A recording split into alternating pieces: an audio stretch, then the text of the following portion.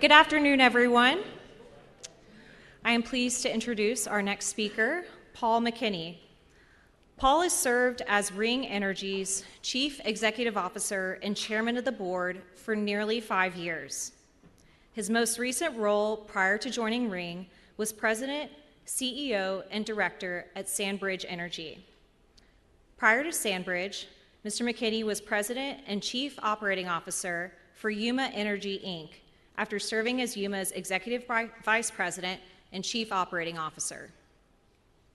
Prior to Yuma, Mr. McKinney served as Region Vice President, Gulf Coast Onshore for Apache Corporation, where he was responsible for the development and all operational aspects of the Gulf Coast region for Apache.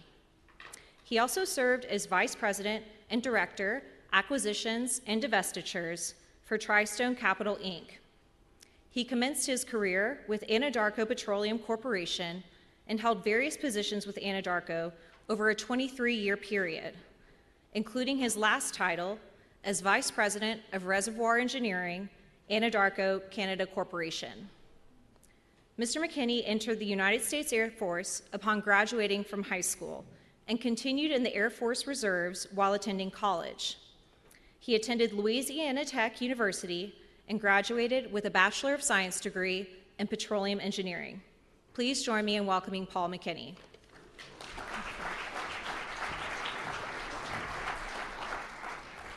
I know what a lot of you are thinking. You're probably thinking, well, Paul had a hard time keeping a job.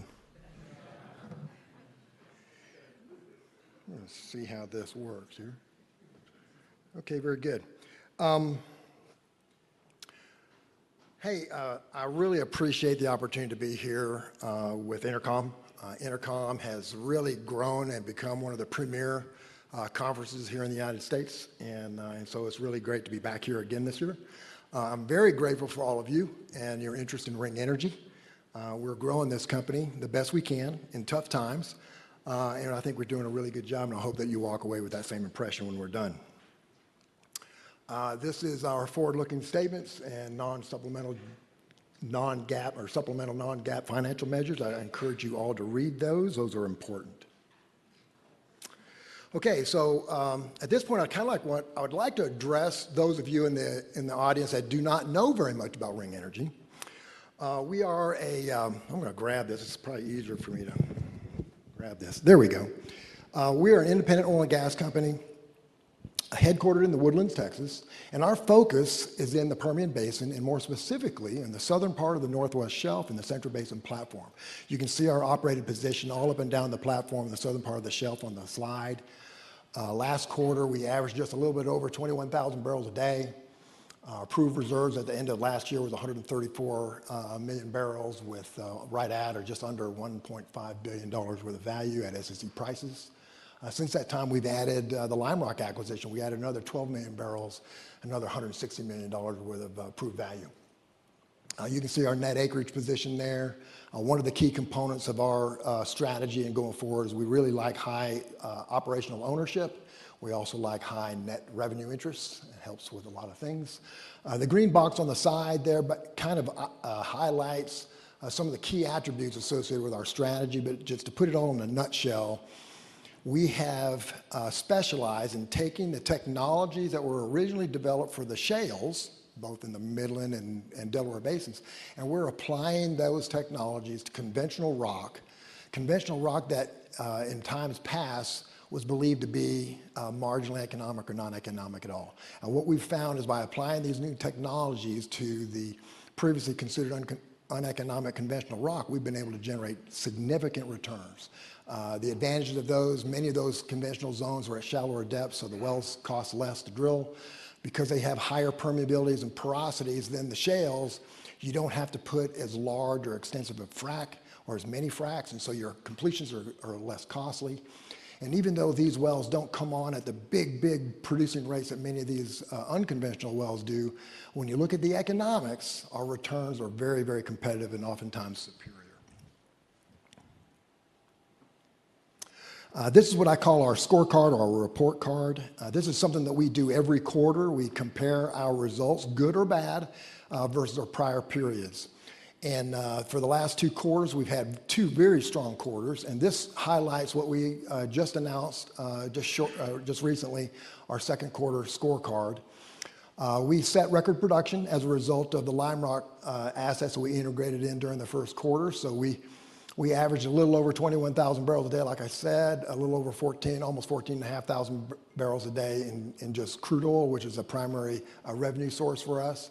But as you go across the page, outside of things that are outside of our control, like realized oil prices, they were down 11%.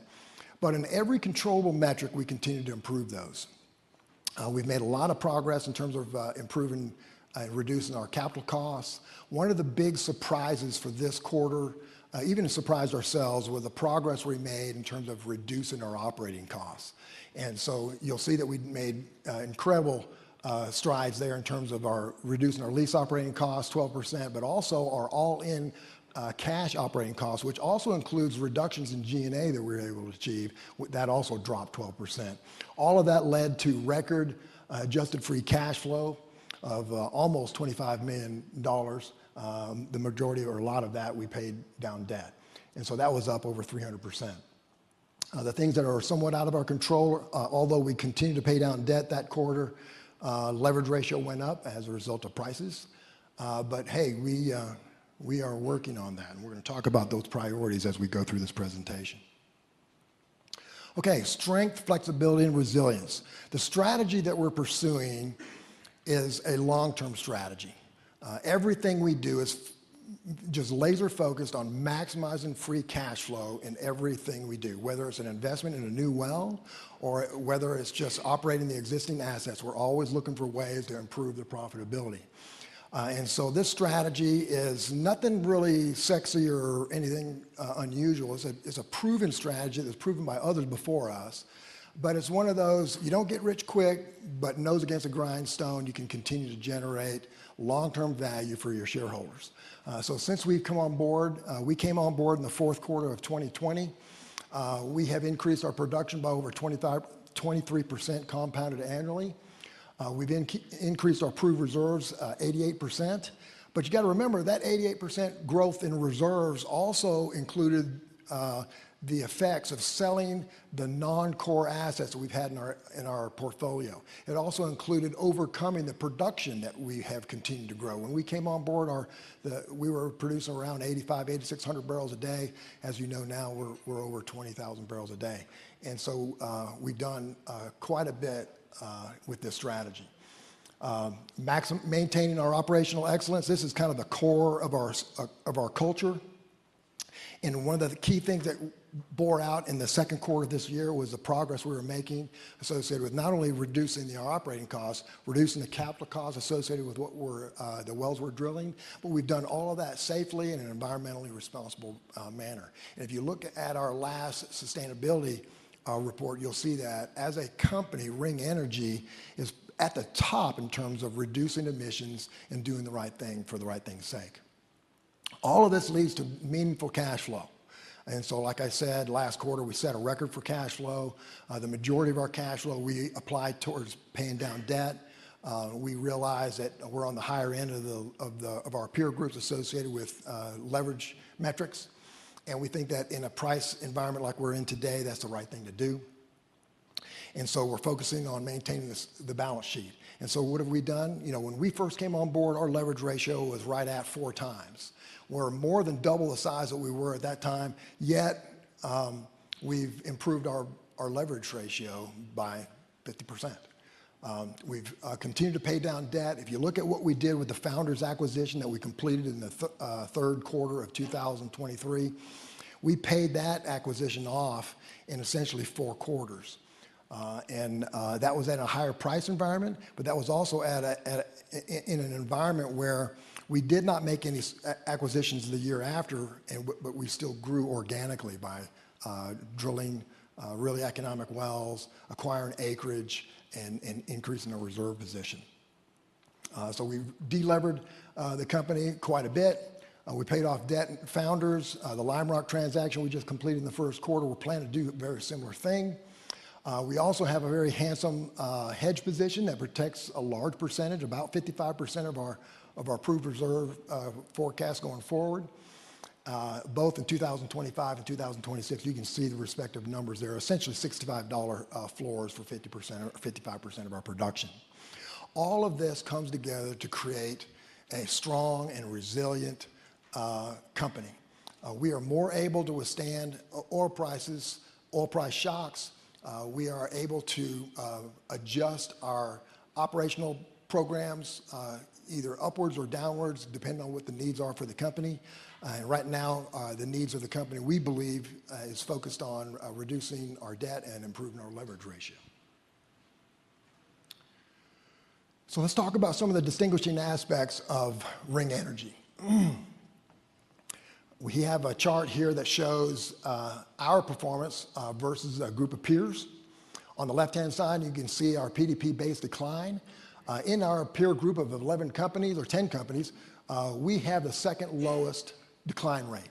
Decline rates are important because when you consider the decline rate of an oil company, before you can grow your production, you got to replace your decline. And so that's an indication of the maintenance capital, or the capital intensity necessary to maintain your production and maintain the liquidity with the banks. And so we're constantly seeking ways to reduce our decline rates. We also have very, very long lives, reserve lives. So when you look at our reserves, we happen to be number one in our peer group in terms of having the longest reserve life. The median there is 11.1 years, and here we are, we're at 18.7 years. So that is also another indication of the long-term value, our ability to sustain volatile oil prices and a few other things. Down at the bottom of the page, we talked about this a little earlier, higher operational ownership allows you to control your portfolio, but having higher netbacks also improves the profitability of every barrel you produce. And then as a percentage of oil in your total product mix, as many of you know, Permian Basin companies are challenged to make money selling natural gas just due to the infrastructure limitations in the Permian Basin. And so we are laser focused on trying to increase and improve our oil percentage as a total mix. I believe that someday, especially when you look at some of the projects that are on the horizon, you're eventually going to get to a point where the infrastructure will allow the differentials between Henry Hub and Waha or El Paso to be a little bit more reasonable, but right now those differentials are quite large. And so until that time occurs, we're still going to be focused on oil. All of these attributes leads to the most important one, in my opinion, and that is high operating margins. This is a chart, again, of 11 peers. On this chart, you can see that we're the third best in terms of having the highest operating margins. These high operating margins just allow you to weather oil price volatility. Today, Ring Energy stands as a very strong company, and I'm going to show you a slide here shortly about, at what price can we continue to thrive and grow. But the bottom line is the heavy oil weighting, the low cash operating costs, generate strong returns, and we believe that this is the recipe for today and for the volatile environment that we're in. Let's talk about our guidance. Let's talk about what we have accomplished so far this year and what you can expect to see from us for the rest of the year. And so in the second quarter, we guided to 14,200 barrels of oil a day. We produced a little over 14,500 barrels a day. So we exceeded our midpoint of guidance, right about the midpoint between the midpoint and the higher end. So we grew 2%. Our total BOEs, we did not quite make our midpoint, and that was primarily due to infrastructure limitations taking our natural gas. And so we were not able to sell all of the natural gas, but as many of you know, we don't make a lot of money on that natural gas, and so it didn't affect the financials or the revenue. But the other thing, we've saved on our capital spending. Now, the capital guidance that we showed here of $18 million, that was after we revised our capital from our original program. We originally had a considerably higher amount of capital schedule, and we dropped it 50%. And then we even saved on that in terms of reducing the cost. So we came in 7% lower than the midpoint of our guidance, but that's a substantial change from what we were originally guiding from the beginning of the year. And like I said a little earlier, the biggest surprise for the quarter was the low operating costs. Our operating costs came in 13% below the midpoint that we were describing. We even surprised ourselves, and that surprise basically came from the learnings and the application of when we integrated Lime Rock into our assets. We took a really strong, fresh look. How can we reduce the costs out here? We optimized our lease operator routes. We ended up reducing the total head count necessary to operate not only the Lime Rock assets, but our own assets by 50%. And so that is a huge reduction. Typically, your labor is going to be at the top end of your ledger in terms of operating costs. And so we made we made great headways reducing the costs. And now we're taking those same learnings that we gathered from the Lime Rock acquisition, and now we're taking those to other parts of the company. We believe that in the third quarter, fourth quarter, going into 2026, you're going to see continued improving efficiency and metrics from Ring Energy. And so bottom line, this year we're going to spend about $97 million in total capital. And that represents a substantial reductions, as you can see in the little bar chart, the lower right-hand side of the chart. Okay, so we're focused, like I said, our strategy focuses on maximizing free cash flow. On the left-hand side of this chart, you can see the progress we're making this year versus prior year. So our production on oil sales and also on a BOE basis, as you can see, we're going to be up about 2% over the prior year. Yet we're going to reduce our capital spending by 36%. That capital pullback was an immediate reaction to Liberation Day oil prices, and we believe that it was the right thing then. Most people may remember that first week in April when Liberation Day came. The Ring Energy leadership team met virtually on the following Saturday morning, and we evaluated what was going on. We strongly believe that the price environment that we found ourselves in just for a few days had all the potential of staying around for a little while, so we didn't want to waste any time. We were moving in another more efficient rig the very next day, Sunday, and we decided we would postpone that, and we readjusted our capital spending program to what we have today, emphasizing debt reduction. And so here on the right-hand side of this chart, you can look at what we anticipate for the rest of the year. So if the last half of the year averages anywhere from $55 a barrel of oil all the way up to $75 a barrel of oil, you can see what our adjusted free cash flow and our adjusted free cash flow yield should be this year. So at $55, you can see that our adjusted free cash flow actually will be greater this year than it was last year, even though we were in a higher oil price environment. And that's due to the strategy that we've been pursuing for the last 4 or 5 years, the ability to respond to the changing marketplace, adjusting the things that are within our control so that we can generate that kind of cash flow. Now, if we're fortunate to enjoy $65 or $70, as you can see how the numbers change. We also give you a forecast of what things look like in 2026. That is with the assumption that we'll maintain our capital spending to maintain our production, maintain the liquidity with the banks, no more than that. So we're assuming $110 million. So that's an uptick from the $97 million we're planning to spend this year. But at $110 million, at $55 a barrel, you can say that we can generate over $30 million. Now, if we are in $55 price environment, we will cut our capital back down from that $110 million. We won't spend that much. But keeping everything all the same, and all you do is adjust the prices, you can see the anticipated cash flow you can expect from us next year. And so the next thing I wanted to touch on with you is the progress we've made with Lime Rock. Lime Rock, very similar founders, very similar to the Stronghold. All of the acquisitions we've made so far with this management team have had profound impacts of the company. And so these are just a few of them. Okay, since the addition of Lime Rock, our production per share has gone up 13%. Our all-in cash operating costs have come down 12%. And then our adjusted free cash flow is up over 250%.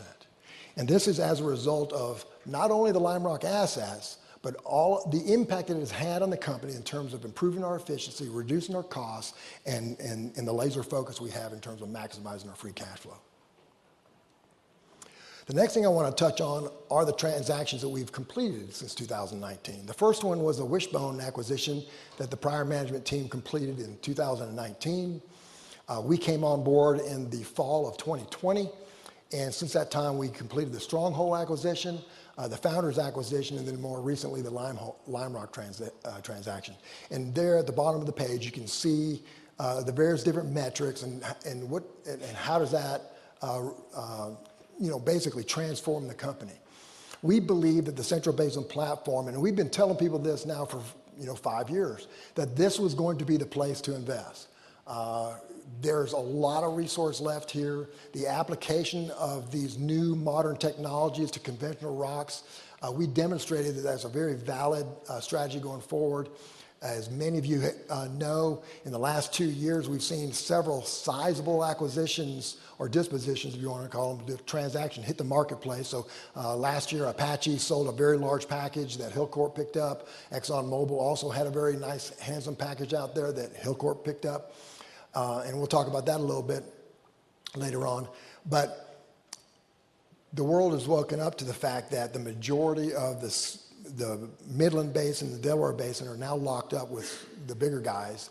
And if you're looking for resources to develop, the Central Basin Platform is a great place. We discovered and found oil there a long time ago. The infrastructure is already there, even though some of the infrastructure does need to be upgraded here and there. By and large, it's a great place to operate, and this is why we chose to focus here.